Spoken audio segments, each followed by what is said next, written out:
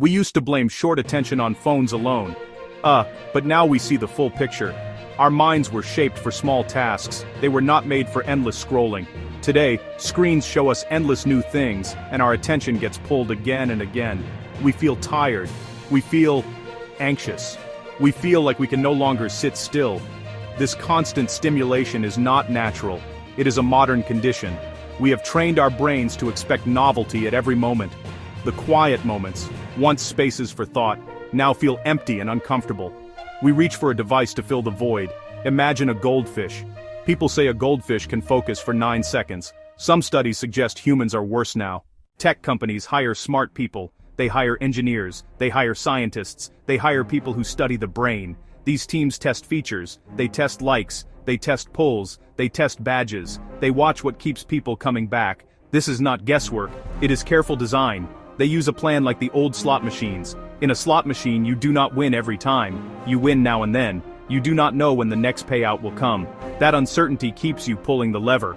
It is a digital lever on a digital slot machine. Sometimes a new post appears. Other times, nothing. This is designed to maximize your engagement and keep you on the platform longer. This pattern is called a variable reward schedule. It is powerful. The brain loves it. When a reward is uncertain, the brain pays more attention. That is why a notification can feel urgent. It might be a critical message, or just an update.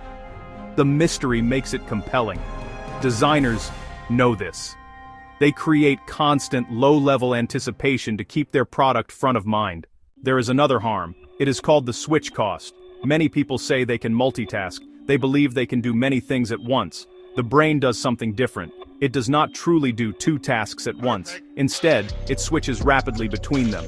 Each switch costs energy. Each switch leaves a little of our mind behind. Scientists call this attention residue. Imagine you are writing an important report.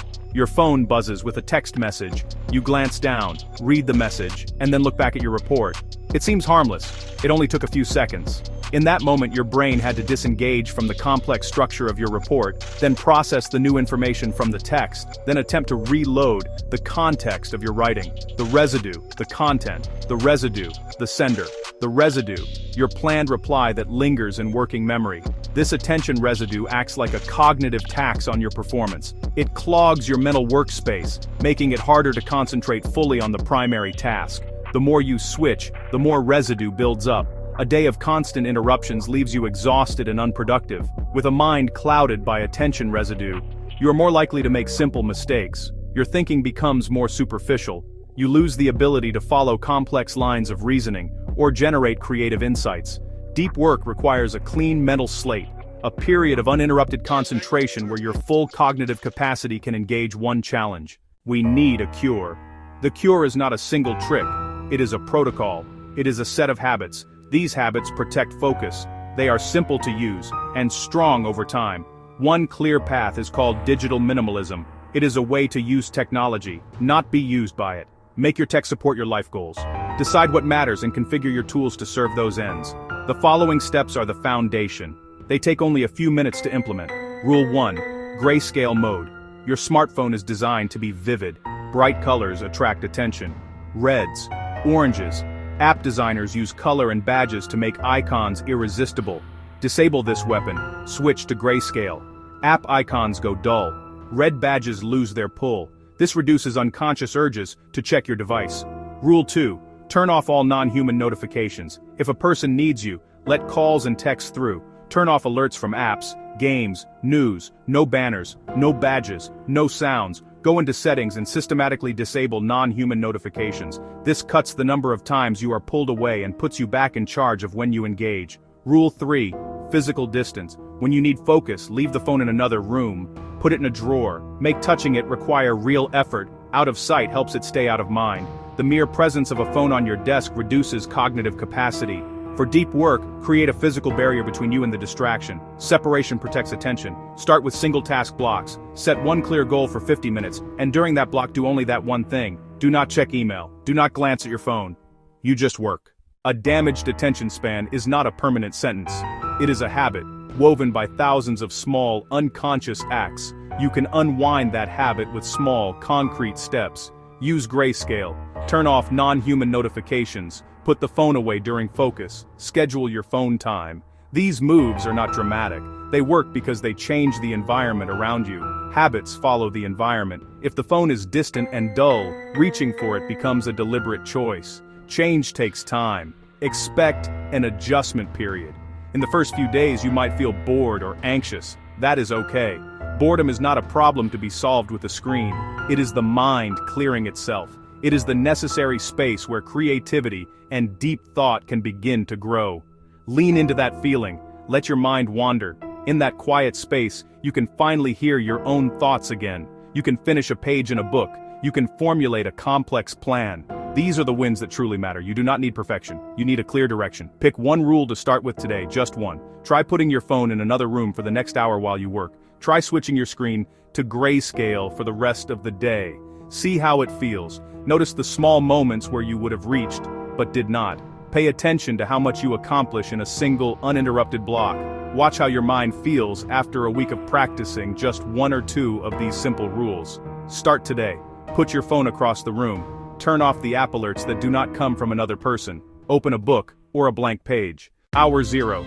You put the phone away. Your brain expects a hit of novelty, dopamine spikes that usually arrive with every scroll. Without those hits, baseline dopamine feels low, motivation dips, cravings rise. This is withdrawal, not weakness. Minutes 20 to 90. You feel restless. The salience network keeps flagging the phone as important because it used to pay out. At 12 hours, cravings peak in waves. Each wave lasts about 90 seconds. Ride the wave. It passes whether you pick up or not. First night, sleep pressure returns. Less blue light and fewer late alerts let melatonin do its job. Deep sleep begins to rebound. 24 hours. Receptor sensitivity starts to normalize. Dopamine becomes less tied to unpredictable rewards, and more tied to effort. You notice longer focus windows. Thoughts line up.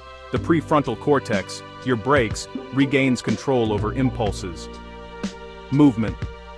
Sunlight hydration nudge dopamine naturally without the crash. The urge is still there but smaller. By 48 hours, novelty hunger calms. You can sit, read a page, and choose when to check, on purpose. This is the reset, not perfection, just a baseline where attention can grow again. When the urge hits act, do not argue with it. 1. Breathe 4, 4, 8. Inhale 4, hold 4, exhale 8, 30 seconds lowers arousal. 2. Micro move, stand up, stretch, sip water, take 10 slow steps. 3. Change location, put the phone in another room, put the phone in a zip bag. Friction saves focus. 4. Set a 45 to 50 minute focus timer. Promise the brain a check window after, then return to work. 5. Capture and return. Write the thought on a note. Parking it frees working memory. 6. Urge surfing. Name it, urge. Watch it rise and fall. Hold for 90 seconds. 7. Default proof your device. Turn on grayscale. Turn on do not disturb. Remove app badges. Clear home screen widgets. 8. Replace doom scroll with a tiny ritual. Read 1 page, 10 bodyweight squats, 2-minute walk. Repeat the playbook. Small physical actions beat willpower debates.